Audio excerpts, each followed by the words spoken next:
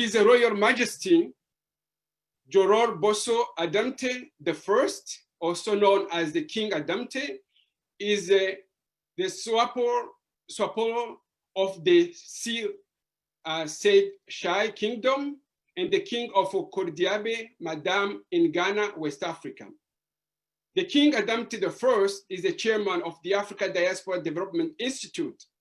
The King Adamtey I is the first African leader to be the keynote speaker at the World Public Forum held in Rhodes in Greece in 2018, understanding cultural traditions in the region.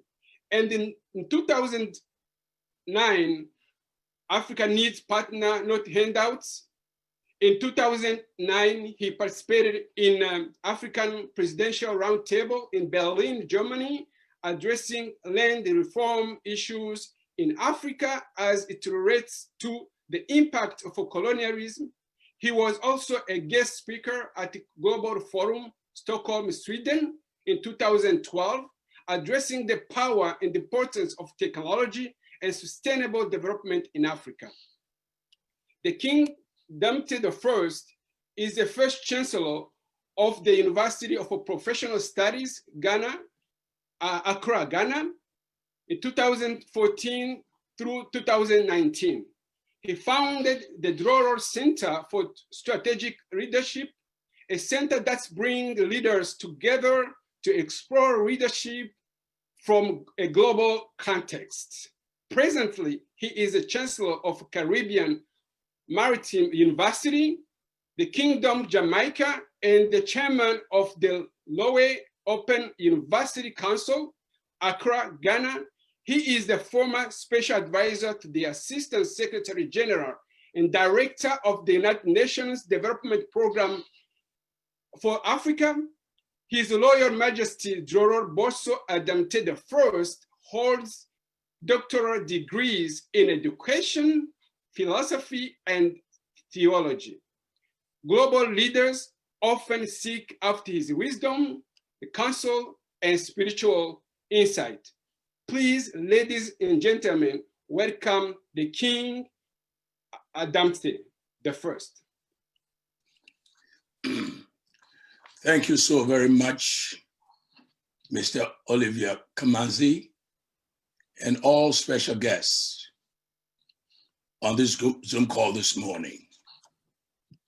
I count it an honor to be alive and grateful to have all of you participate in this most important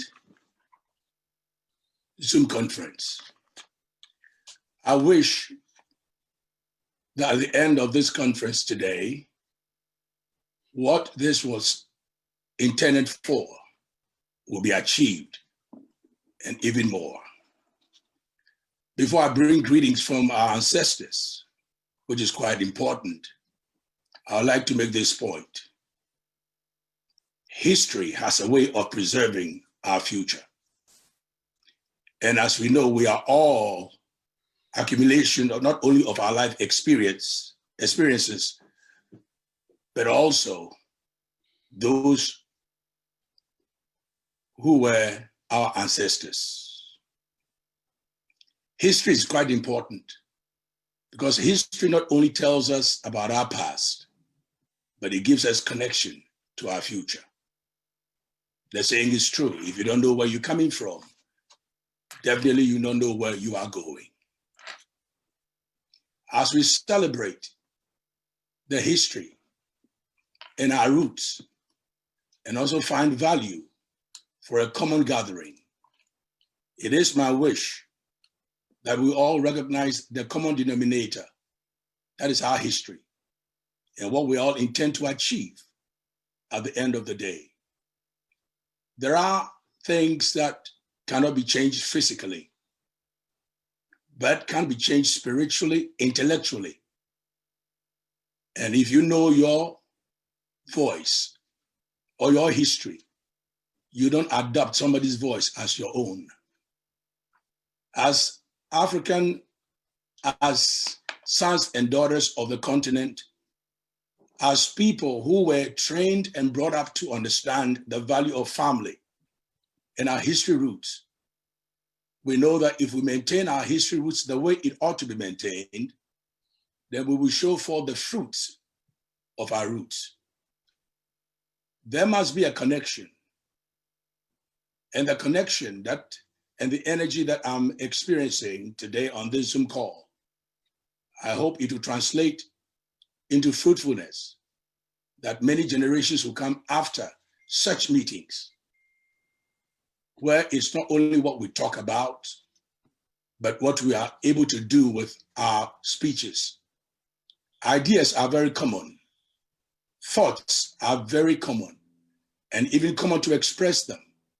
But living them out and translating thoughts into reality, especially if they are noble thoughts and thoughts that dignify life, then I think it's worth pursuing. Let me also remind us, as we're going forward, we should recognize the importance and the value of each one. And as long as we don't allow division and negative words, thoughts, and ideas to divide us, then there's nothing that we cannot do as Africans and African sons and daughters in the diaspora. As long as we hold each other or consider each other inferior, then we are all inferior ourselves, and our dignity has no worth.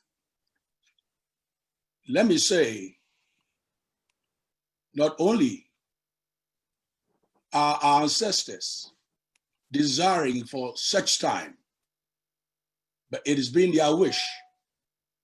Some lived for this day, but the sons and daughters of our ancestors, or our ancestors, should be confident that a generation left behind is going to make it impossible for generations to come to fail. We should understand the value and importance of unity, because that's what they taught us.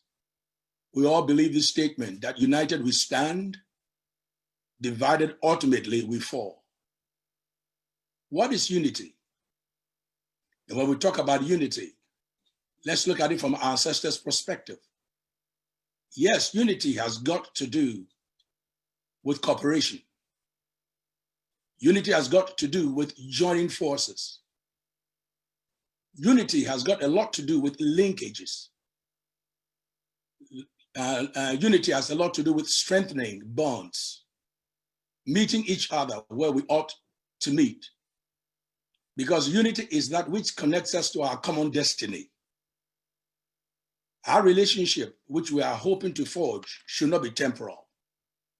And let's remember that in this unity, we are uplifting each other and we strengthen each other because we are each other's destiny helper and destiny connectors. We should understand that when we uphold the values of our forefathers through unity, we derive the blessings which they left us. Now, it was said that Africa didn't have history until the colonizers came, and definitely, you know that to be false. We had our history. We had our values. We had our culture. We had our traditions. They are not evil and they were not wrong. They were right. But for those who labeled us and decided we had no culture or no civilization, for which they imported civilization that divided us and kept us apart, that hope and that expectation should be erased from our hearts, our thoughts, and expression, because we have discovered who we are. Not that we didn't know who we were, but now that we are deciding that we're not going to allow external force to divide us and to disintegrate our value, we are coming together to hold each other up and say to each other that division is not something we're going to promote, but unity and the foresight of our fathers, so that their blessings will continue to come upon us, is what we seek. Again, let me further make this statement. Talk is cheap. Ideas are millions a kobo, but to put them into practical use and translating them into sustainable development for our continent and creating the partnership that those on our side from Africa, or those who are still in Africa and those in the diaspora, coming together is what is needed. I also represent the voice of the kings, the queens, traditional rulers and leaders of our continent, those whose voices seem to be minimized, and I'm here to amplify their voice. We have no right to be ashamed for who we are. Just as the saying goes, a woman who delivers a baby in open market has nothing to hide. We have nothing to hide. As Africans, we have a lot to show the world and a lot to give the world. But now we are going to build ourselves spiritually, build ourselves economically, bring our forces and energies together and create this bond that cannot be shaken or destroyed. The fact that we've been bitten or stung by a bee does not mean we are set off to go destroy beehives. We are intelligent than that, wiser than that, stronger than that. And we're going to use our energy and our effort to do something that will last. I also want to say this as we begin. Let's make sure that the self-hate should not be internalized. And let's make sure that we don't give ourselves to the expectation of those who will us not good. Let's also make sure that the divide and conquer spirit is stamped out. So if one goes up, we all go up. And if one comes down, we all come down. Let's use this time to make our declaration that before the division and before the divide and putting us apart and creating imaginary lines, even though we had our respective ethnic, cultural, or traditional or tribal expressions, we did not fight as they expect or fought and wish we do. Let's make sure that we don't use tribalism to divide us. Because if we're going to build one continent, one people, one Africa, then we should make sure that the divide and conquer, tribalism, and self-imposed self-hate is not something that we encourage.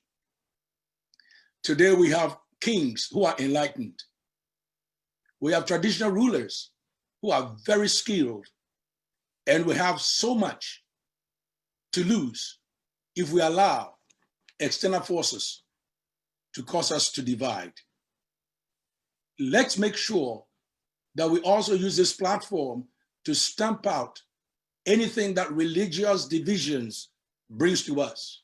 Anything that not only religious divisions extend to our continent, but things that bring social economic hardship to our people.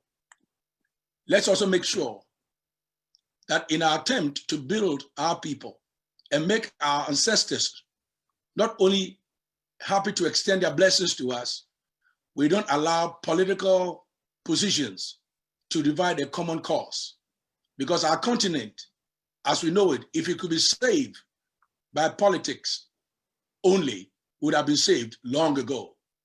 If our continent could have been saved through prayer, for which I am a religious person just as much, we would have been saved, because nobody prays more than Africans. We pray better than anyone else, and nobody prays than diasporans. We pray for protection. But what we need more now is we have to add savviness, skills, and also a common vision to make sure that our ability to build is greater than the encouragement of division.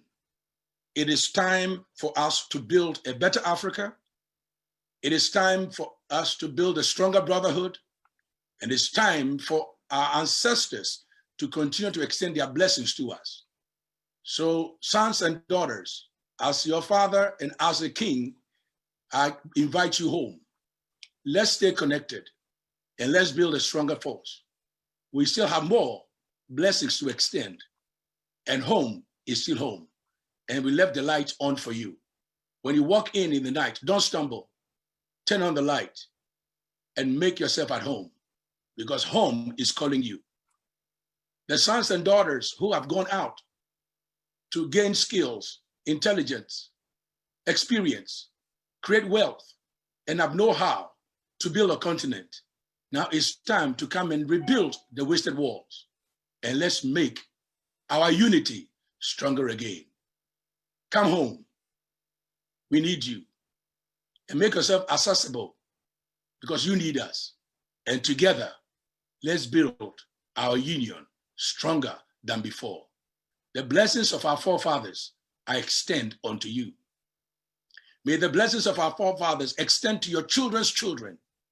And may they ever remember, never to forget, that they are strong people, resilient, and they will never be destroyed, because the wind of victory is behind us and the force of success is before us. And we will make use of what we have. Let's do it now. Let's do it today. And let's start a better future for our continent. If we don't do it now, when? And if not us, who will do it? Let's rise up to the occasion. We have what it takes to make it happen. Blessings to you, again, from our forefathers and our ancestors. And blessings to your works and effort. Thank you. And let's have a good session today.